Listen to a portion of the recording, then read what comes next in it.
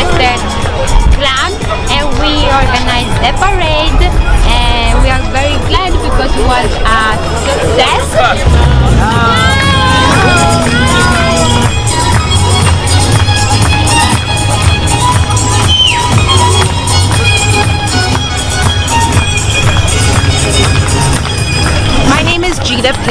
And 𝐍ews 𝐂olumbus, and we're community members here in Mount Kisco, and we are so excited to have participated in today's parade. The Italian American Club of Northern Westchester, in cooperation with Legado Latino, have come together in order to put together these festivities. And so we're here to support the Italian American Club, Legado Latino, and to demonstrate the great and wonderful diversity of our community here in Mount Kisco.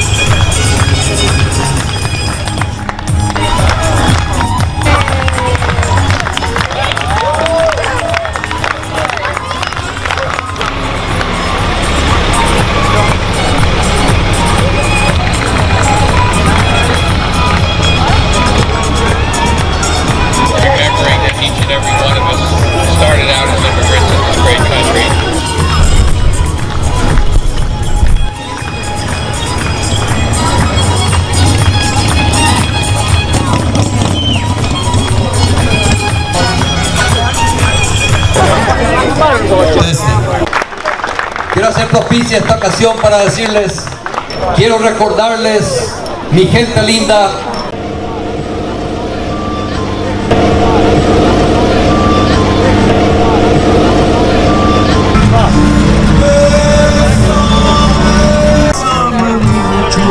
Columbus Circle, just outside of Union Station, where the Columbus Day ceremony is prepared to get underway. So far, this particular memorial has not been defaced or vandalized in any way. That is not the case in Chicago, Illinois, where over the weekend 30-year-old Kyle Miskell was arrested and charged with criminal damage for defacing a cast iron statue of Christopher Columbus. In other cities, Baltimore, Queens, New York, also in Central Park, memorials have been vandalized. In New York's Columbus Circle, the Columbus statue there has been under 24-hour police guard. Mayor de Blasio earlier this fall ordering a commission to develop guidelines on how to address monuments that are seen as, quote, oppressive. Columbus Day in 4 states and 55 cities is now being celebrated as Indigenous Peoples Day. For many, it all speaks of revisionist history. History is always being revised. I prefer the word correction. What's called revisionism sometimes is ideological rather than fact-based. Yes, Connell says that Columbus was responsible for the enslavement of hundreds of people in Hispaniola, what is now Haiti and the Dominican Republic. Natives had no immunity to the smallpox and measles that his crew unwittingly carried. Their population was decimated by as much as 50 to 90%. But revisionists tell only half the story. The indigenous people returned that unfortunate favor, infecting their European counterparts with an especially virulent form of syphilis. Europeans were often the Native Americans were often portrayed as pastoral peoples. The Aztecs, though, were just as oppressive as the Spanish conquistadors who brutalized them, engaging in themselves imperialism, colonialism, slavery, cannibalism, human sacrifice on an epic scale. For better or worse, Columbus was an epic figure in human history. That debate He continues. also brought back to Europe something you may not be aware of, which is potatoes. So ultimately, centuries later, Columbus may have been responsible for the potato famine, which led to a new migration to the United States. So much to look at today. Thank you, Doug McElway, there in Washington. Columbus Day, of course, it's been a federal holiday for more than 80 years. Yeah. But that is changing here in Los Angeles. The city council has made a move to change who the day is going to honor. Yeah, as CBS 2's Cara Finstrom is live in downtown LA at the Christopher Columbus statue, and she has something interesting to show us. Cara? Yeah, Sharon, we came out here to cover this and just discovered that the statue of Christopher Columbus behind us here has been completely covered up with a fence put around it. We have put in some calls to city and county leaders to find out exactly why and when this happened, but we can tell you that there's been an online petition to have this brought down and that there have been other statues of Christopher Columbus in other cities that have been defaced. In New York City today, we can tell you there are a number of officers who've been guarding the statue there as their Christopher Columbus Day celebrations get underway. We want to give you a look now at the statue, some video of it that was shot earlier. There's no question Christopher Columbus played a major role in history, and Italian Americans who fought against changing the designation of this day said it also celebrated their culture as immigrants. In August, City Councilman Mitch O'Farrell successfully argued, though, that the explorer's connection to brutality and to slavery make him unworthy of celebration.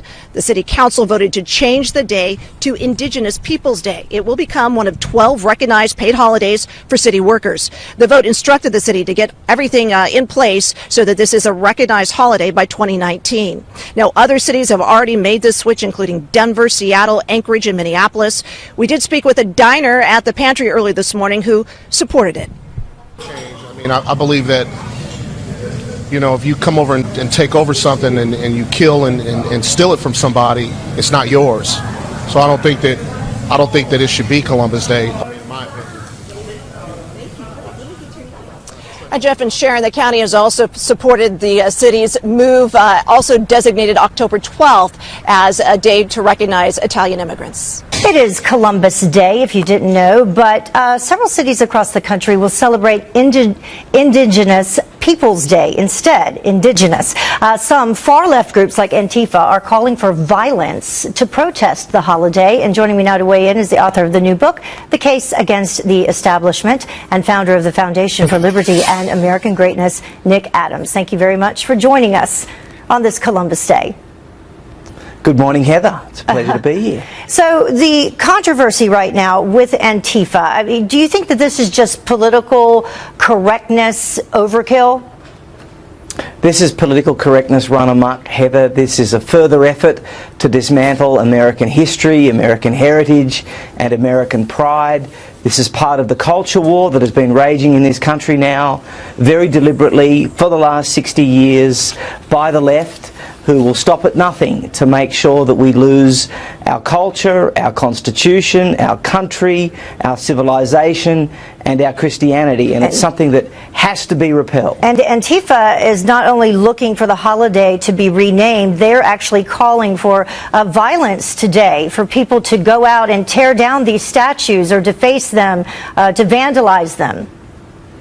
Yeah, look, Heather, none of this is new. I mean, the reality is that for the last 60 years, the way that the left has fought this particular culture war has been with violence, with the threat of violence, with the hostile takeovers of universities, and with lies. And this is another iteration of that. Columbus Day is a day that should be celebrated.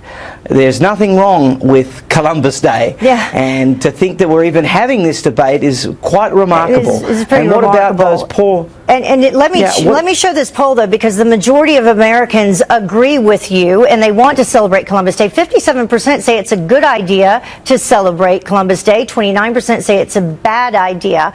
And that's quite a big difference there. But you personally, it means something to you personally because you are still trying to get into this country legally, right? Well, of course it does, Heather. No, I'm here legally now. It did take me a long time. It took me 4.5 years, and it cost me lots of money to come to the United States. But I came here because this was a patriotic place. I came here because this was a proud place. And we expect this kind of self-loathing. We expect these kind of internal debates about the flag and the national anthem and Columbus Day and whatever kind of expression of patriotic sentiment it is in the nations of Europe or in the English-speaking cousins of the United States like Australia, New Zealand and Canada. But we don't expect it on the greatest country in the history of the world. We don't expect it in the United States. We don't need to be engaging in these kind of debates. We don't need to be looking at things like Columbus Day. It's crazy, and we need to stand up for American culture, American society and American history. All right. Thank you so much for joining us, Nick. We appreciate it. And we'll see what happens today with those Columbus Day statues everywhere. Thank you. Thank you, Heather.